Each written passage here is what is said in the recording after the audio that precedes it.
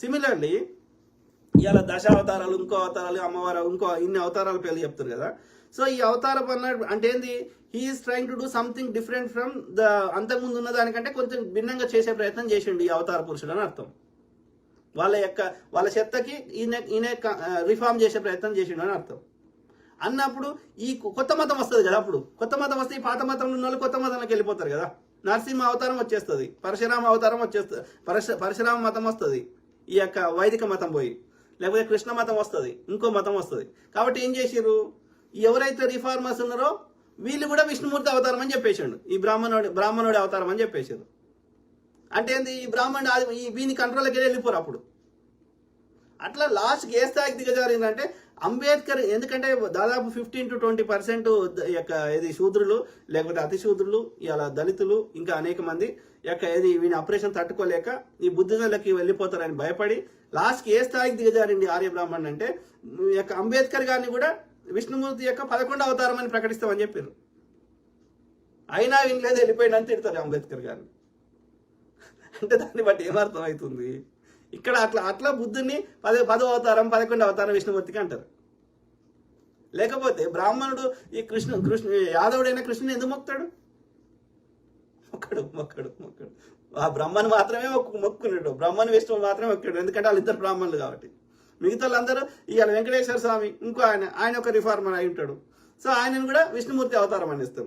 ఎప్పుడైతే వానికి భయం అవుతుందో, ఈ యొక్క బ్రాహ్మణ ఆధిపత్యం పోతుంది అనిపిస్తే వానికి అవతార పురుషుడు అని పెట్టేస్తాడు. విష్ణుమూర్తి అవతారం, ఆ బ్రాహ్మణ అవతారం అని చెప్తాడు.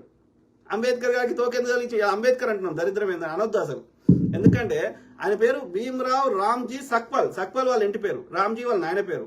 బ్రిటిష్ ఆర్మీలో పనిచేసేవాడు వాళ్ళ నాయన. ఓకే, ఆయన పేరు భీమ్రావ్ అనాలి అసలు, అంబేద్కర్ అనొద్దు. ఎందుకంటే ఆ అంబేద్కర్ పేరు కూడా ఒక బ్రాహ్మణ్ది. ఎందుకు కలిగించిండు ఆ బ్రాహ్మణుడైన గురువు? ఎందుకంటే నీకు వివక్ష చూపెడతారు కాబట్టి అంబేద్కర్ అని పేరు చెప్పుకో, నీకు వివక్ష పోతుందని అట్లా ఆయన కనికరం చూపెట్టిండు అంబేద్కర్ అని. ఆయన ఎందుకు మన బ్రాహ్మణ్ ఎందుకు పిలవాలి? ఆయన పేరు అది కాదు కదా, పుట్టుకతోడు వచ్చిన పేరు అది కాదు కదా. ప్లస్ వేరే కులంని పిలుస్తున్నట్టు ఆయనకు, మనం వేరే బ్రాహ్మణ కులాన్ని ఆయనకు ఆపాదిస్తున్నట్టు అంబేద్కర్ అని పిలిస్తే. కాబట్టి భీమ్రావ్ ఓకే, భీమ్రావ్ రామ్జీ సక్పాల్. ఏది విష్ణు యొక్క 9వ అవతారంగా అప్పటికప్పుడు పురాణాల్లో చెప్పిన. కానీ అప్పటికే భారతదేశ ప్రాచీన భాష పాలీ భాష. ఓకే, పాలీ భాషలో ఉన్న బౌద్ధ సాహిత్యం ఇతర లేక మన చుట్టూ ఉన్న మిత్ర దేశాలకు వెళ్ళిపోయింది. మనకి ఇప్పుడు ఆ దేశాల్లో లభ్యమవుతున్న పాలీ భాషలో ఉన్న బౌద్ధ సాహిత్యంలో సనాతనంగా ఉన్న బౌద్ధ పరంపర బయటపడుతుంది. కరెక్ట్ మిత్రులారా. సో అన్ని కాలబెట్టిన ఈ చెత్త పాడుకోరు. కాలబెట్టినాక కూడా కొన్ని ఆ యూనివర్సిటీలలో వాళ్ళు వేరే దేశాలకు అప్పుడు విదేశీ యాత్రికులు తీసుకుపోయినాయి. ఇప్పుడు పాహియాన్ వచ్చిండు, హుయాన్ సింగ్ వచ్చిండు. వచ్చినప్పుడు ఏం చేశారు, వాళ్ళకి సంబంధించిన బుక్స్ అన్ని తీసుకుపోయారు. అట్లా తీసుకుపోయినాయి, లేకపోతే అశోకుడు అట్లా రాయించినాయి అక్కడ. అట్లా కొన్ని మిగిలినాయి శ్రీలంకలో, ఇంకో దగ్గరనో. సో కొన్ని వాస్తవాలు తెలుస్తున్నాయి. భారతదేశంలో ఎన్ని కాలబెట్టిండు, లేకపోతే ఎంత ముచ్చట తెలిసేదో, ఎంత జ్ఞానం వచ్చేదో, ఆ బుద్ధుని కాలం పరిపాలన ఎట్లుండేది అన్నీ తెలిసేది. ఈ బాడకాలు అన్ని కాలబెట్టారు మనకు తెలియద్దని. మనకు తెలియకపోతేనే కదా ఇది చెత్త నింపుతాడు కదా, ఈ యాగాలు అనుకుంటా. మనకు విదేశీ ఆర్య బ్రాహ్మణులు చెప్పినట్లు గౌతమ బుద్ధుడు ఒక్కడే కాదు, అతని కంటే ముందు ఉన్న మిగతా 27 బుద్ధులు కూడా ఉన్నారు. అదే చెప్పిన ఇంతకుముందు. సో ఆర్య బ్రాహ్మణులది DNA R1A1, మనది L3MM. 27 బుద్ధులు కూడా ఉన్నారు అని అర్థమవుతుంది. మన సనాతన ధర్మం బౌద్ధం. సో ఇది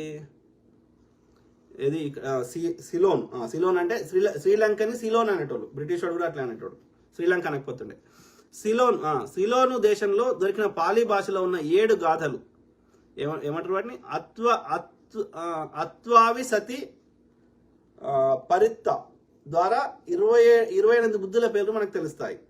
బుద్ధుల పేర్లు మనకు అది ఇక్కడ జతపరిచాను చూడండి. అలాగే మనకు కొందరి బుద్ధుల పేర్లు అశోకుని శాసనాల్లోనూ కూడా కనబడతాయి. కరెక్ట్, కర్ణాటకలో ఉంటుంది ఆ పేరు, ఊరి పేరుని మర్చిపోయినా. ఈ బీదరు ఈ వీటికి దగ్గరనే ఉంటుంది అనుకుంటా, దాని పేరుని మర్చిపోయినా. అక్కడ కోనాగమన బుద్ధుని సంబంధించిన శిలాశాసనాలు అన్నీ ఉన్నాయి, ఇప్పటికి ఉన్నాయి. బుద్ధుల పేర్లు అశోకుని శాసనాల్లోనూ కనబడతాయి. ఉదాహరణకు అశోకుని ఒక శాసనంలో కోనాగమన బుద్ధుని పేరు మీద ఉన్న శాసనం ఇక్కడ జతపరిచాను చూడండి. నా ఆలోచన ఏంటంటే, ఎక్కడ మనం ఇతర దేశాలకు వెళ్ళి మన దేశంలో సనాతనంగా ఉన్న బౌద్ధ పరంపర తెలుసుకుంటామో అని అసలు సముద్రయానం నిషిద్ధం ప్రకటించారు కుడ్బి ఈ విదేశీ ఆర్య బ్రాహ్మణులు. అలాగే ఇక్కడ ప్రాంతాలకు వెళ్లకుండా ఇతర ప్రాంతాలకు వెళ్లకుండా కట్టడి చేశారు. అలాగే బహుజనులు విద్యను అభ్యసిస్తే ఎక్కడ వీరి మోసాలు బయటపడతాయి అనుకున్నారేమో, బహుజనులకు విద్యను నిషేధించారు. కరెక్ట్. క్రైస్తవ మిషనరీలు అందించిన విద్యను ఆధారంగా చేసుకుని విద్యావంతులైన బహుజనులు ఈ రోజు ఇతర దేశాలకు వెళ్లి బౌద్ధ సాహిత్యను పరిశోధన చేసి మనకు నిజమైన చరిత్రను అందిస్తున్నారు. కాబట్టి ఏ రకంగా ఆలోచించినా మనము యొక్క శూద్రులము, బహుజనులము, ఈ మిగతా ఈ బ్రాహ్మణులు కాకుండా మిగతా అన్ని వర్ణాల వారు బ్రిటిష్ వాడికి చాలా కృతజ్ఞత ఉండాలి. ఎందుకంటే మనకి ఇవన్నీ తెలుసుకోవడానికి మూల కారణం వాళ్ళే. ఈ యొక్క ఆర్కియాలజీ డిపార్ట్మెంట్ రివైవ్ చేసింది, స్థాపించింది వాళ్ళే.